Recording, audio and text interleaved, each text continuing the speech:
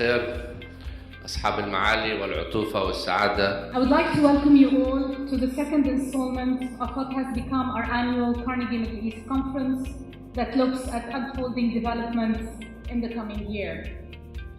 I would also like to acknowledge John Buimaster for a generous donation to the conference. A world on edge. What to expect in 2018. We will be facing an equally, if not more difficult year, as everyone celebrates the end of ISIS. At least for now, the destruction left in its wake is massive. With Assad in power, refugee flow is unlikely to be reversed. We are witnessing the unfolding of a new and more aggressive Saudi Arabia. But beyond the headlines, there is also the reality of multiple axes of resistance among civil society activists and organizations. From Palestine to Egypt to Lebanon to Syria to Bahrain to Yemen to Tunisia, among many others.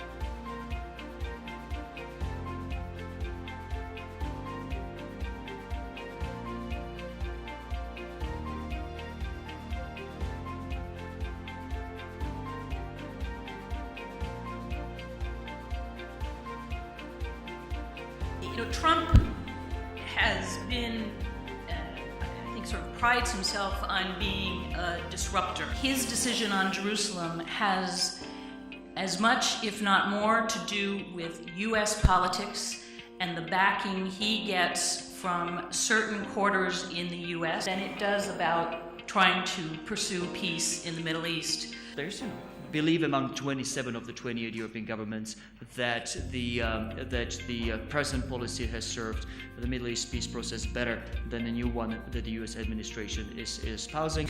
Any political party that wants, Lebanon's stability and Lebanon's interest vis-a-vis the Arab world, vis-a-vis our economic interest between us and the Gulf states and the Arab world, is bound to follow the disassociation policy.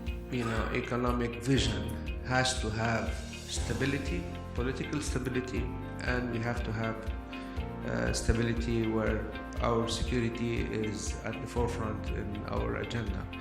The world has to understand also that any conflict with Israel, instigated by Israel, will have an effect of 1.5 million refugees.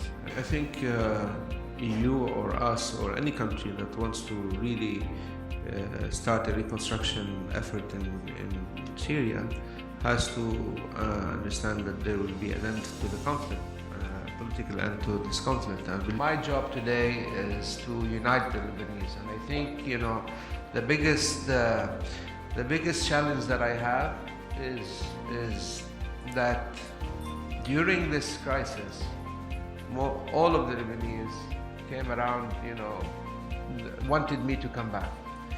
And this is a great responsibility. Just in the last decade alone, the Middle East was in many ways the cradle for some of the offensive cyber operations that we've seen across the board. So in terms of what we've seen in the Middle East, we've really seen the full spectrum from activities that are hacking, where somebody's actually hacked a computer system, and then you can do that to cause various effects from disruption to destruction, as we've seen.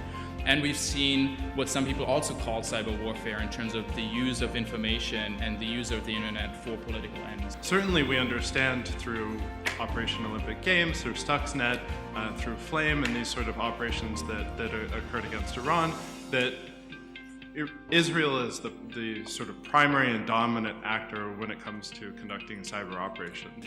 You have this emergence of capabilities outside of government, non-state actors, be it hacktivists, but also private companies, right? You have the traditional security contractors who've moved in this space. What is new about cyber tools compared to other conventional means. Proxies aren't new. You in this region know more about proxies than I think anywhere else. The diffusion of reach is not new in this region where geography really doesn't matter. What is new is that you could have a new trigger of a political crisis that we saw with this fake information. So it might be a new trigger for a political crisis or war. Look, I do think that 2018 is going to be a very challenging year for Egypt and for President Abdel Fattah al-Sisi for several reasons. The economic situation, I think, in 2018 is going to continue to be quite challenging. Egypt's going to continue to have high inflation and high unemployment, and that adds up to a pretty big misery index for the Egyptian population. Saudi Arabia is today into a kind of enormous mutation of its DNA. I mean, you have the end of the GCC as we knew it, and I think it was completely enacted a few days ago when you had this announcement that the two twins, the Saudis and the Emiratis, are forming a new axis, a new alliance.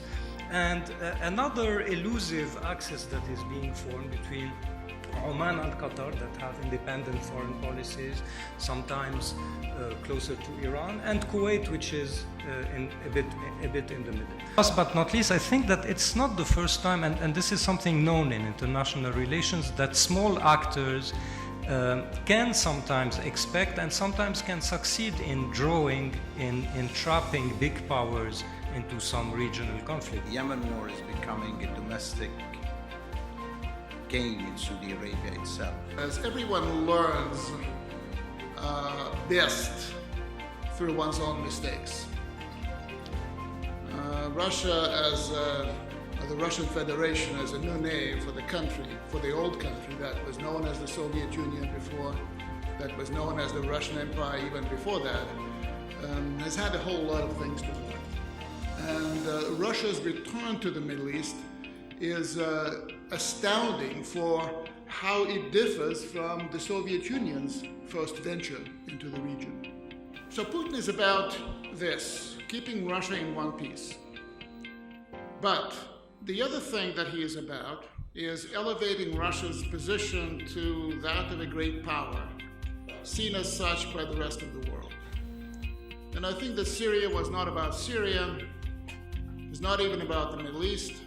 It was about the world order and Russia's standing in that world order.